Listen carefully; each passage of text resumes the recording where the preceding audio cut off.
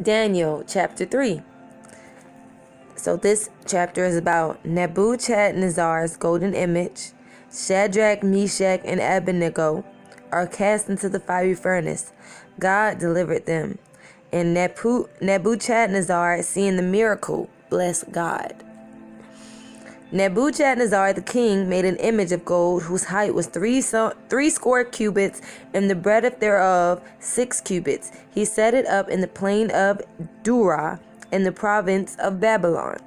Then Nebuchadnezzar the king sent to gather together the princes, the governors, the captains, the judges, the treasurers, the counselors, the sheriffs, and all the rulers of the provinces, to come to the dedication of the image which Nebuchadnezzar the king has set up. So he did an abomination in the eyes of God. He created a golden image of whatever it could be of himself. He made an image of gold. That's the point. And he called everybody up to come and worship this image that I created. Then the princes, the governors, and the captains, and the judges, the treasurers, the counselors, the sheriffs, and all the rulers of the provinces were gathered together unto the dedication of the image that Nebuchadnezzar the king had set up. And they stood before the image that Nebuchadnezzar had set up.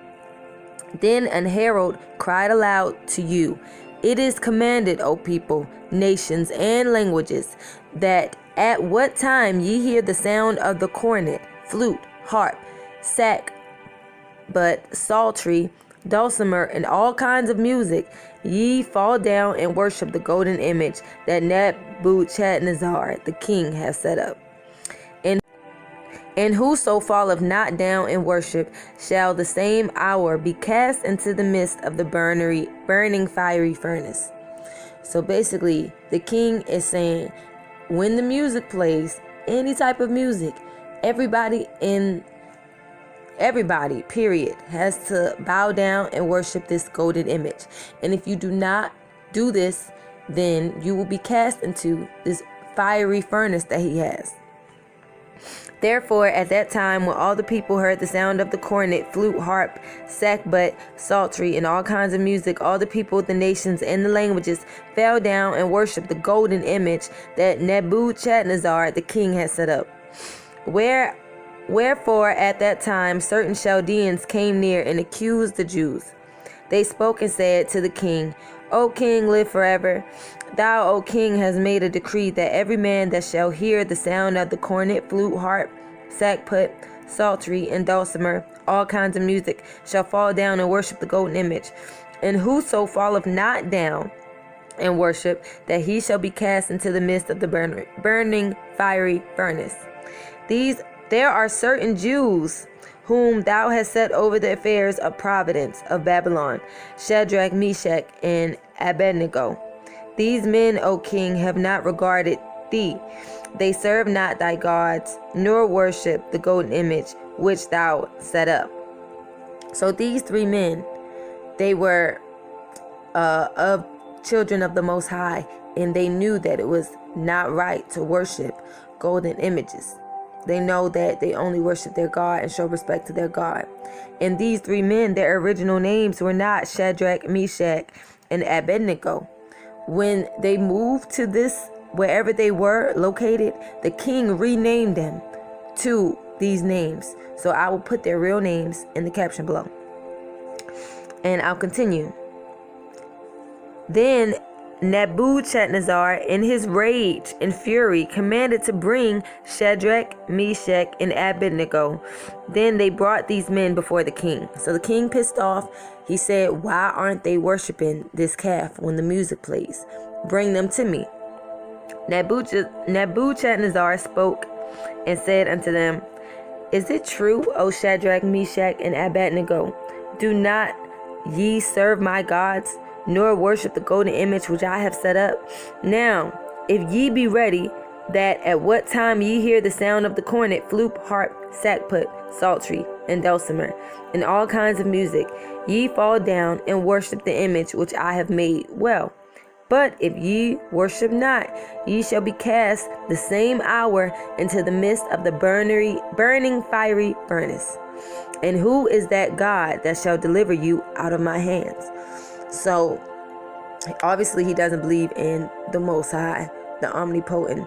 So he's like, well, God is going to save you if I throw you into the fiery furnace. I hope your God save you. So let's see if God will save his people. It says, Shadrach, Meshach, and Abednego answered and said to the king, O Nebuchadnezzar, we are not careful to answer thee in this matter. If it be so, our God whom we serve is able to deliver us from the burning fiery furnace, and he will deliver us out of thine hand, O king. But if not, be it known unto thee, O king, that we will not serve thy gods, nor worship the golden image which thou hast set up. So these three men, and in the city where everybody else is following exactly what the king has told them to do, these three men, they are following their God. They believe in their God. And under any circumstances, no matter what danger will come from them following their God, they are willing because they know that their God is over everything. Everything in the earth and everything under the earth and above the earth. So they have that confidence that regardless if you try to throw me into this fiery furnace, I'm still going to be straight. My God got me. Then was Nebuchadnezzar full of fury, and the form of his visage was changed against Shadrach, Meshach, and Abednego. Therefore he spoke and commanded that they should heat the furnace 7 times more than it would be heated. So he got so mad that he was like, heat the furnace up 7 times hotter than it usually is, so we can teach these boys a lesson. And he commanded the most mighty men that were in his army to bind Shadrach, Meshach, and Abednego, and to cast them into the burning fiery furnace. Then these men were bound in their coats, their hosen, and their hats, and their other garments, and were cast into the midst of the burning fiery furnace.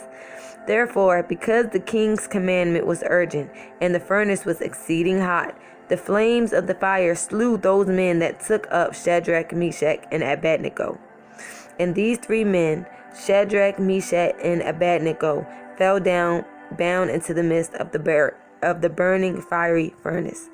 So basically, they're saying the fire was so hot, and the king wanted the people. It was so urgent that he had to have this done, that the men who took the sons of the Most High to the furnace, the other men that took them in there, they died because the fire was so hot. So, but Meshach, Shadrach, and Abednego, at this point, they are in the fire. So let's see what happens to them. Then Nebuchadnezzar the king was astonished, and rose up in haste, and spake, and said unto his counselors, Did not we cast 3 men bound into the midst of the fire? They answered and said unto the king, True, O king. He answered and said, Lo, I see 4 men loose, walking in the midst of the fire, and they have no hurt, and the form of the 4th is like the Son of God. Then Nebuchadnezzar came near to the mouth of the burning fiery furnace, and spake, and said, Shadrach, Meshach, and Abednego, ye servants of the Most High God, come forth, come here. Then Shadrach, Meshach, and Abednego came forth of the midst of the fire. And the princes, governors, and captains, and the king's counselors, being gathered together, saw these men, upon whose body the fire had no power, nor was an hair on their head singed, neither were their coats changed, nor the smell of fire had passed on them. Then Nebuchadnezzar spake and said, Blessed be the God of Shadrach, Meshach, and Abednego, who have sent his angels and delivered his servants that trusted in him, and have changed the king's word, and yielded their bodies, that they might not serve nor worship any god except their own. Therefore I make a decree, that every people, nation, and language, which speak anything amiss against the God of Shadrach, Meshach, and Abednego, shall be cut into pieces, and their houses shall be made a dunghill, because there is no other God that can deliver after this sort. Then the king prompted Shadrach, Meshach, and Abednego in the province of Babylon. Bottom line, the moral of the story is that these three men were not burned by the fire because their God saved them, because the Most High, the Omnipotent, the God of Abraham, the God of these three men, Shadrach, Meshach, Abednego, the God of David, the same God. These people had the same God. Okay. That's why it's so important when you read the book or the Bible. It's a lineage of people. So the moral of the story is these three men, they had a God. They already worshiped the God that created everything in the world. The stars, the sea, the animals, the people. That was the God of Meshach, Shadrach, and Abednego. They believed in one God, the Omnipotent. So when the king of whatever province they were in, or the king could be considered the president, when this person came along and created another God, created this gold statue and told them to worship it, and they said no, and their consequence was being thrown into this fiery furnace, they had enough confidence in their God that they believed in their heart was true, was the true God. They had enough confidence in him to say, no, I'm not worshiping this false golden image because I know it's not right to worship this. And I have enough faith in my Lord and my God and my Heavenly Father that he will save me because he told me that I shouldn't have to do this. So I don't have to listen to you, king, because my God is over you. Okay? And when the king threw them in the furnace and saw that they were not burnt, and saw that God actually sent his son down to save them from the flames, then his whole mindset changed. Then he was like, oh, so this is God. So there is only one God. So if anybody else around here is talking smack about this God, then it's going to be some consequences. They changed the king's heart and the king's mind. Well, they didn't change the king's heart and the king's mind. God did, because he saw for himself that they weren't burned by the flames. So he saw that no other God is as powerful as the Omnipotent. He saw it for himself. So